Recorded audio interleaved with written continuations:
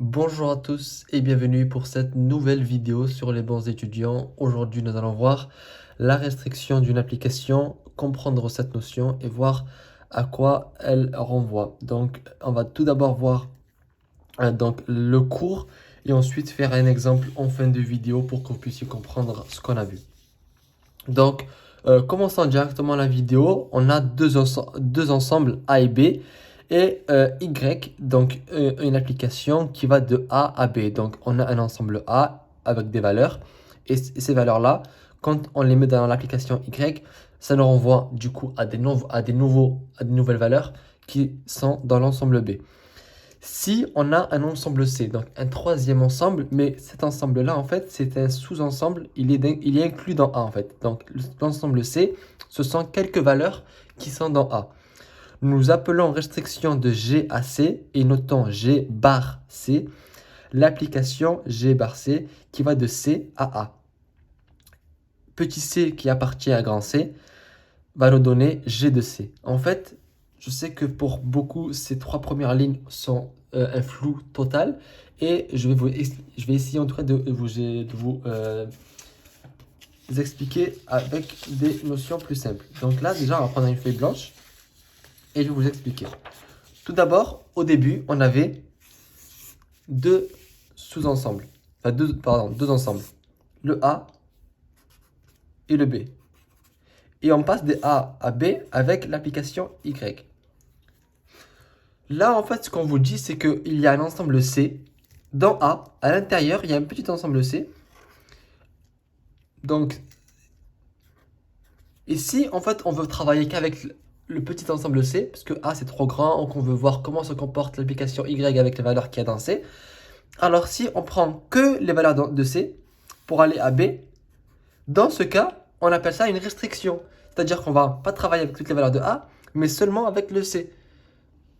Et dans ce cas, en fait, c'est toujours avec Y. Et là, en fait, on va appeler ça, je sais pas si c'est un G ou un Y, c'est la même chose de toute façon. Là, on va dire c'est un G.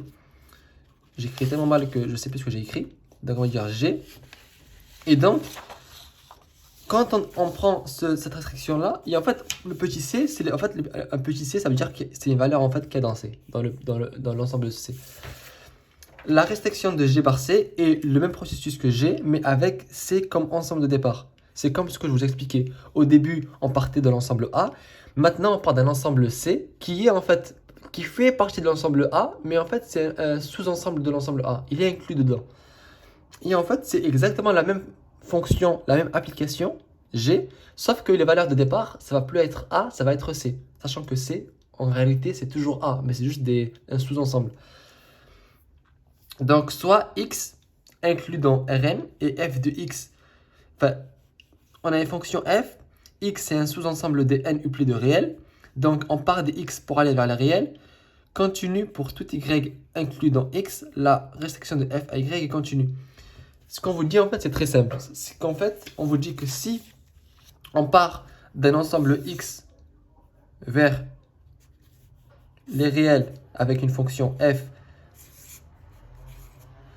Si maintenant on prend un sous-ensemble, on va dire que Y c'est un sous-ensemble, donc ici c'est Y. Si de base la fonction ici elle était continue avec X vers les R, elle sera aussi continue pour Y dans R, tout simplement, parce qu'en fait c'est très simple. Y en fait c'est X en réalité, c'est un sous-ensemble de X. Donc si pour X la fonction elle est continue, si vous prenez une petite partie de X, ben, elle sera encore continue, puisque de base elle était continue pour toutes les valeurs de X. Donc si vous prenez que quelques valeurs de X, la fonction sera toujours continue. Donc c'est pour ça qu'on dit que la restriction de f à y est continue. Parce qu'en fait, pour x, elle était continue. Donc pour y, y à au réel, elle sera toujours continue. Les restrictions à tous aux ensembles de Rn des fonctions polynomiales de Rn sont continues. Donc les fonctions polynomiales, nous avons fait une vidéo dessus. Et là, ce qu'on vous dit, c'est que toutes les restrictions polynomiales pour les fonctions polynomiales vont être continues. Parce que les fonctions polynomiales, je vous rappelle qu'elles sont définies sur tous les réels. Soit f, une fonction rationnelle de n variables de df. Et df inclus dans Rn. Donc en fait, on a une fonction f ce qui est une fonction rationnelle. Si vous ne savez pas ce que c'est qu'une fonction rationnelle, je vous renvoie à la vidéo sur ma chaîne YouTube qui s'appelle les fonctions rationnelles. Et elle a n variables. df, c'est son domaine de définition et il est inclus dans le réel. La restriction de f à tout sous-ensemble de df est continue. On avait vu en fait, je reprends la feuille, je la plie. On avait vu en fait qu'une fonction rationnelle, c'était une fonction qui, en fait, on va dire g de x fonction rationnelle, qui, en haut, il y a une fonction polynomiale et en bas, une fonction polynomiale. Donc, on va dire 2x carré plus 3x plus 2, et là, 5x carré plus 2x plus 5. Là, je prends vraiment des trucs simples, c'est juste pour que vous puissiez comprendre cette phrase-là. On a vu en fait qu'une fonction polynomiale, elle était définie sur tous les réels, sauf pour les réels qui, lorsqu'on fait 5x plus 2x plus 5, il faut pas que ce soit égal à 0. Il faut que jamais le dénominateur soit égal à 0. Et en fait, si on fait une restriction et que cette restriction-là se trouve dans le domaine de définition, donc on va dire que la fonction elle est définie sur moins l'infini, moins 2 exclu, puisque moins 2 ça va faire 0, mais je ne sais pas si c'est moins 2.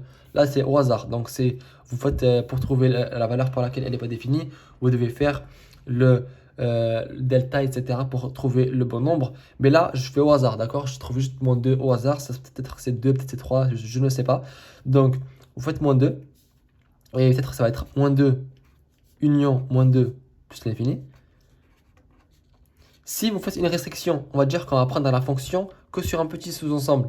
Imaginons qu'on va prendre la fonction sur moins 12, moins 8.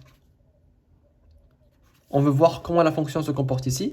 Vu qu'elle est continue sur ces deux sous-ensembles, sur son domaine de définition, elle sera continue. C'est-à-dire que sa courbe va être comme ça. Elle va être continue comme ça. À moins 2, elle ne le sera pas, parce qu'elle n'est pas définie. Et ensuite, elle va continuer à être continue.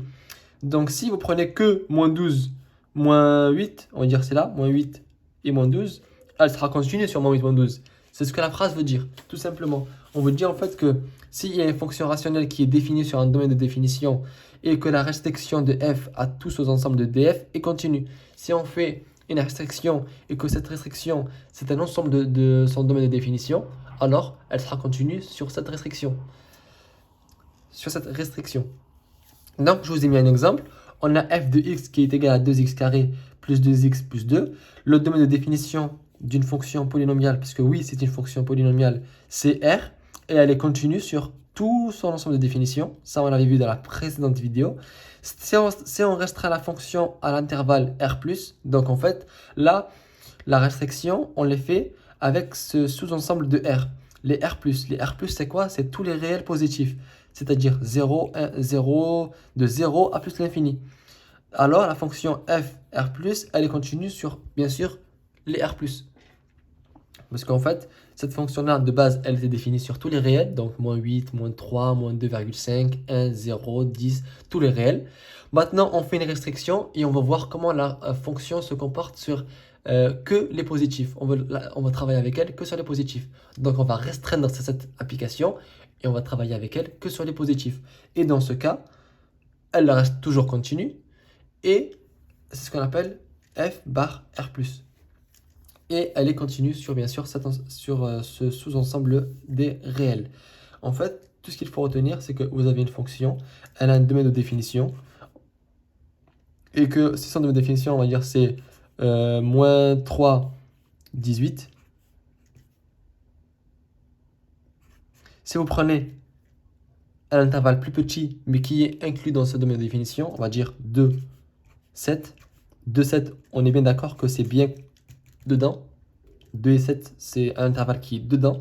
Alors, c'est ce qu'on appelle une restriction de la fonction f. Et si la fonction f, elle était de base continue sur moins 3, 18, elle le sera aussi sur 2, 7. Ça, c'est ce que vous devez retenir de la vidéo, tout simplement. Donc, c'est la fin de cette vidéo. J'espère que celle-ci vous a plu. Je vous recommande de vous abonner à la chaîne YouTube pour être tenu au courant des nouvelles vidéos. Et pour ma part, je vous donne rendez-vous dans une très prochaine vidéo sur les bons étudiants. Si jamais vous avez des questions à propos de cette vidéo ou à propos du cours ou d'une autre vidéo, n'hésitez pas à me l'écrire en commentaire.